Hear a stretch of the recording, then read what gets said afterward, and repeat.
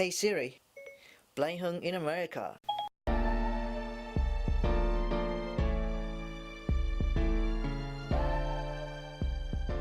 The first ever episode of Hung in America.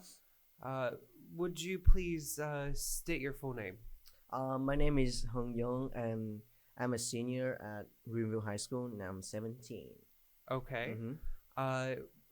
Now that you're in America, we do like to get a full workup on the biometrics of any individual entering into the States. So please look directly into that camera so I can get a retina scan. Can you bring it Okay. close to your eye? I need to really get a good shot of, okay.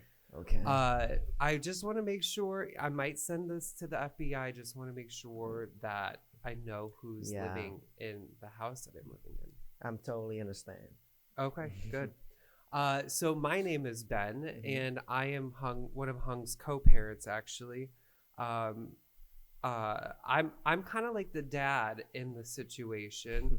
Hung lives in a house that's kind of like a frat house, really. Yeah. Except we're all good. We're not bad. Yeah, except in the human inside it, everything around it is like Animal Farm. Oh, okay. Wasn't Sorry. expecting that. Yeah. No, but you live in a house where I live with my best friend Chris, and then we have another roommate, Jimmy. Oh. And so traditionally, you know, when an exchange student comes, they get put with a host family, a mom and a dad, and maybe some kids. Well, this is not your traditional exchange student experience for sure. Yeah. Chris is kind of like the mom in this situation. I'm like the dad. I go to work and bring home the bacon. That's true. And spend as little time with you as possible. Mm-hmm. And I make sure that Chris takes care of you, feeds you. He wakes up early in the morning to make sure you're on the bus. And I think he makes you breakfast. Not really. No. Sometimes I just put cereal because he was on the bed. Oh, because he was on the bed. Yeah. Okay. That I did expect, actually. But in this first episode, we want to kind of explore who Hung is, where you're from, and why you decided to become an exchange student. Having been an exchange student myself way back in the day, if my, host parents or host siblings were as cool as I am, Okay. like doing a podcast, they didn't even exist back then. Yeah. But doing a podcast is an awesome way to kind of like That's catalog really awesome. your experience. That's true. We get to share that with people because it is a unique experience. So tell me a little bit more about you, how you grew up, what your parents do, where you're from. So you all know my name is Hung Duong, and I'm from the big city of Vietnam, Ho Chi Minh City, a city with I don't know, almost 9 million people. Oh wow. Yeah. Anyway, my dad is a businessman. He owns an engineer company doing he building the bridges, the roads, something like that in Vietnam. And my mom working with him right now. She co-own the company. Okay. And I am having two brothers. One is 5 and one is now I keep forgetting it. A freshman. I keep forgetting how you old guys he are is. best friends, aren't you? Not really. With the youngest one, maybe. Yeah. Yeah. Mm-hmm. That's why when you've traveled with me to visit my family in Detroit, that I didn't expect you to be handle kids so well, but like I had tons of nephews and they just love you and you're playing with them, and so that makes sense. You have a 5-year-old brother. Yeah. You're used to it. Yeah, I'm really used to it, but sometimes kids just want to chum in me. I just love kids. Yeah. The good one, not the bad one. Yeah. So what is Ho Chi Minh like? It's a big city, bit more populated than I think even New York City. Uh, and so, what is it like living in a city that big? Oh, Ho Chi Minh City is a really unique city, I think, because it's really crowded, traffic jam every rush hour. That Not sounds rush exciting. hour. That Yeah, sounds great. I love it. Do Actually, you yeah. really? Not not really staying in it for too long, but yeah. Anyway, the anything is really cheap. The food, Coke, anything is so cheap. Like for example, you need $2 for one Coke in Walmart. With $2, you can buy four Coke in Vietnam. Oh, really? Yeah, everything is so cheap. That's why I love Ho Chi Minh City. Okay. Hmm. So what? Tell us a little bit about, or tell me, all of us listening, a little bit about the decision behind coming to America as an exchange student. Is this something you wanted to do, or were you, forced by your parents to do it? Well, it's actually interesting because go to another country and spend my whole student life there was not my decision at all. It was up by my mom. She told me that she suggested that I should go to the US for education because it's obviously good here. Um, so it was she suggested that when I was a freshman and I was applying for school in New York. It was a Saint school in New York, Long Island. Awesome. But the thing is, I failed the visa. Oh, Yeah, twice. twice. Hmm. And how does that work? You have to take a test, or like what? How do Yeah. you fail a visa application? Um. Did you do something bad? Did you rob Mhm. someone? So for every exchange student, um, you need a visa. So you need to bring you need to talk like a small interview with an American people in the ambassador, and you have to show that you are rich, you have a good What?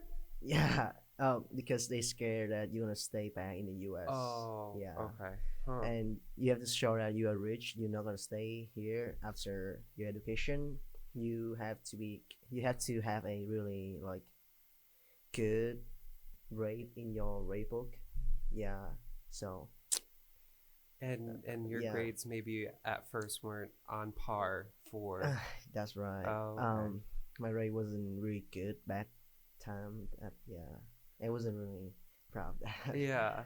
So your mom encouraged you to do it. Is it Hmm. something that you eventually, I mean, are you mad that your mom made you do this, or is it something that you eventually were like, yeah, I'll get on board with this? Yeah. Like you said, I was kind of like, yeah, okay, whatever. And when I failed it, and I failed twice, I really angry with myself, and I really put myself into the education, make my rate better, study English, IELTS, everything. Because I want to go so much, Mm-hmm. but life is not a dream. I failed twice again, and that was my sophomore year. So I really going out of opportunity. Okay. Yeah. Now, you obviously eventually Hmm. made it, and you came through American Education Pathways, That's right. um, which actually, one of the reasons why you're living with us is Hmm. because myself and Mama Chris Hmm. uh, know the owners of this new exchange Yeah. program, and so they said that they were in need of a host family in Hmm. Greenville area, and they asked me to ask around, and uh, I was trying to think of who would, you know, Mhm. be open to something like that because Yeah. I do know a lot of people in the community. And I was like, I'm open to that. I wonder if Chris is open to that. And I remember he asked, you know, first question is, what are my responsibilities going to be? And, you know, I don't know if he was thinking he was just going to change diapers or what, but he was so scared. Oh, really? Oh yeah, but he talked to Bob and Diane, and Mhm. eventually I think was convinced that yeah, this is something, you know, that he could do, and he stepped out of his comfort zone. Mhm. I had a good idea of what to expect because I Mhm. was an exchange student myself. My experience is quite different.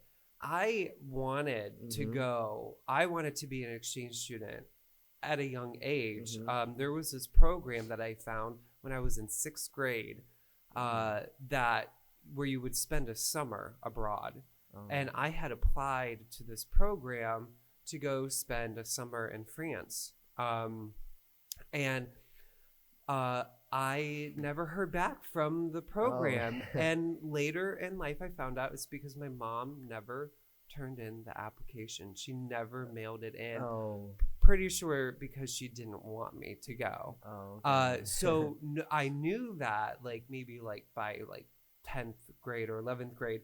And then when I was in school, Mr. Fisher put up on the board, Mr. Fisher? Mr. Fisher. Oh, Mr. Yeah, Fisher. Mr. Fisher. Put up on the board, Congress Bundestag. It was a scholarship. And I thought, Oh. well, if I get a scholarship, then Mhm. certainly. And I ended up getting kind of an ancillary scholarship that was broken Wow. off of that called the German American Solidarity Fund. Hmm. Found out that I got the scholarship. I Mhm. remember I was alone in the house. I found out through an email I was accepted into the program, That's awesome. and I just ran up and down the stairs screaming for joy. And my parents had no clue that I had applied. Oh, really? And then so when they came home, I said, guess what? I'm going to Germany for a year. Oh, that's awesome. Yeah. Something that we do share in common is we both did our exchange year when we were seniors, That's true. which is difficult in its Yeah. own way.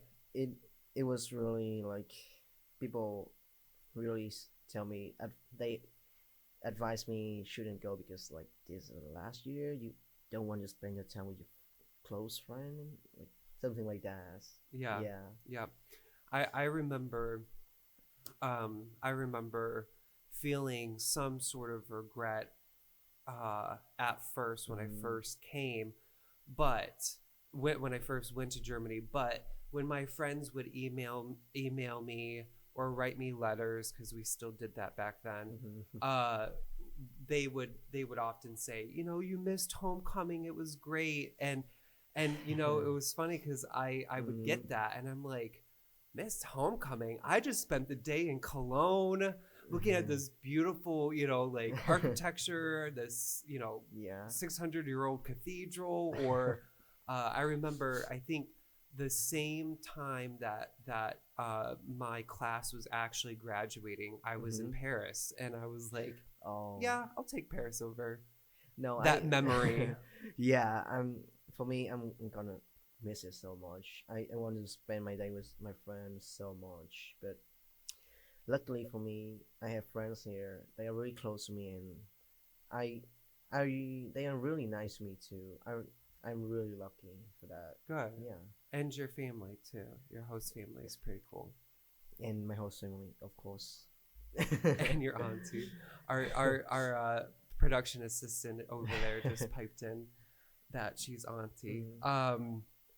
Great. Well, I'm certainly happy you're here, and I'm excited that we get to share this with people, your experiences. So in our next episode, we're going to talk about first impressions, which I'm really excited to explore. Me too. I have so many to talk about. Okay, great. So I do hope you catch us on our next episode where we talk about first impressions, and we'll see you then.